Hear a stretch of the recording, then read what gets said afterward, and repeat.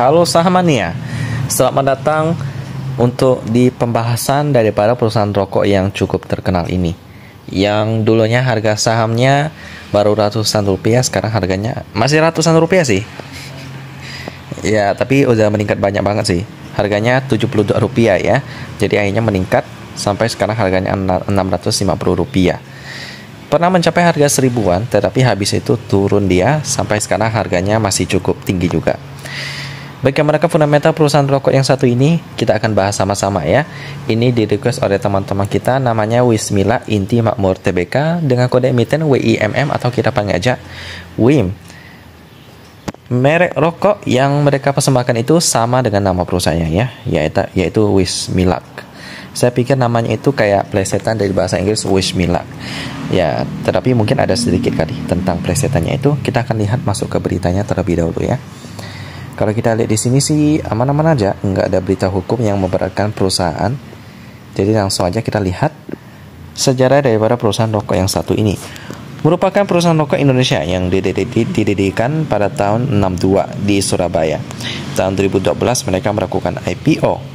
Merupakan perusahaan induk dari PT Gelora Jaya sebagai produsen dan PT Gawijaya sebagai distributor yang pada tahun 2022 memiliki 4 fasilitas produksi, 4 sentra logistik regional, 22 area distribusi, 2 stock points dan 26 agen yang tersebar di seluruh pulau di Indonesia. Ya, dan inilah sekilas tentang logo mereka.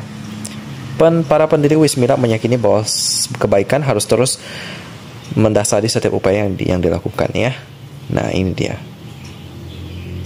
Nah, benar ya, Wismila dari Wismila, belilah kami keberuntungan. Jadi memang ada istilahnya. Selanjutnya, untuk produk-produk mereka ada 2 ya. Untuk secara keseluruhan ada sigaret kretek tangan. Nah, sigaret kretek tangan ini cukainya lebih ringan biasanya karena memakai sebuah sistem yang produk yang padat karya, dan artian memakai banyak sekali karyawan. Jadi otomatis menyediakan banyak lapangan kerja. Jadi cukainya lebih ringan.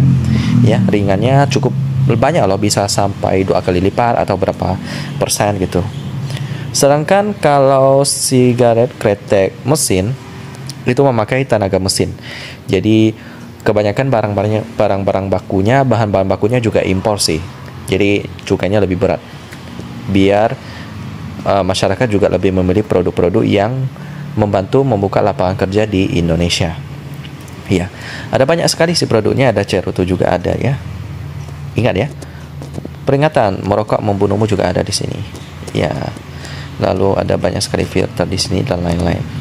Kalau ditanya sih bagaimana prospek perusahaan rokok, ya kalau dilihat daripada konsumsi di masyarakat sih yang cukup tinggi, ya prospeknya sih ada sih. Cuman ya saya sendiri nggak ada merokok ya, jadi saya kurang tahu apakah saya suka dengan perusahaan ini atau tidak. Karena ya kita lihat dari datanya sih konsumsinya masih tinggi, jadi prospeknya saya kasih standar aja lah ya. Selanjutnya kita lihat pemegang sahamnya. Untuk porsi masyarakat itu 35%. Ini sih aman. Lalu ada Indatati Wijaya Jadi ya, Wijajadi memegang 16,14%. Dari beritanya sih oke-oke aja. Jadi kita langsung lanjut ke laporan keuangan daripada WIM ini yang sudah update sampai kuartal ketiga tahun 2022. Kuartal keempat masih belum update ya dia ya. Kita lihat dulu. Laba terus, dan labanya itu terus meningkat.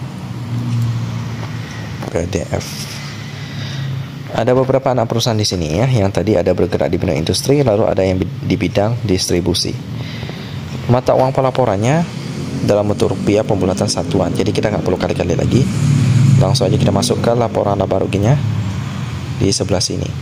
169 miliar rupiah.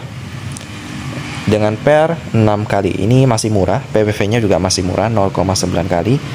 Lalu liquidity-nya juga bagus. Debt equity rasionya 52%. Itu berarti hutangnya hampir setengah daripada ekuitasnya ya. Lalu untuk cash rasionya juga bagus. Cashnya cukup buat bayar hutang jangka pendek.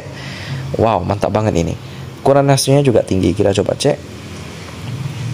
Aset lancarnya 1,8 triliun. Lalu liabilitas jangka pendek 717 miliar rupiah.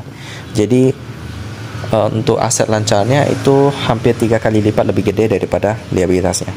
Untuk tuafa hariannya cukup sepi sih, 414 juta rupiah. Mungkin karena udah naik banyak banget ya. Coba kita lihat pergerakannya. Ya pas terjadi pandemi harganya turun sampai 72 rupiah. Tapi setelah itu naik udah lebih dari 10 kali lipat sih. Lalu sekarang udah turun dikit, tetapi masih tinggi harganya. Karena memang fundamentalnya oke banget sih. Mereka juga cukup rajin bagi dividen. Tiap tahun ada ya. Dan dividen yieldnya cukup gede, sebesar 3,32%. Baik, jadi kalau ditanya apakah WIM ini menarik untuk diinvestasikan, ya boleh-boleh aja sih ya, tetapi ini bukan saham yang syariah ya. Tetapi kalau saya sih sebagai investor sih nggak terlalu masalah soal itu. Saya sih yang penting harga sahamnya oke, fundamentalnya oke, ya boleh saya trading di sana ya. Kalau WIM ini boleh sih kalau mau diinvestasikan, tapi jangan lupa untuk diversifikasi dan memakai uang dingin. Saya tutup dan kita ketemu lagi di video selanjutnya.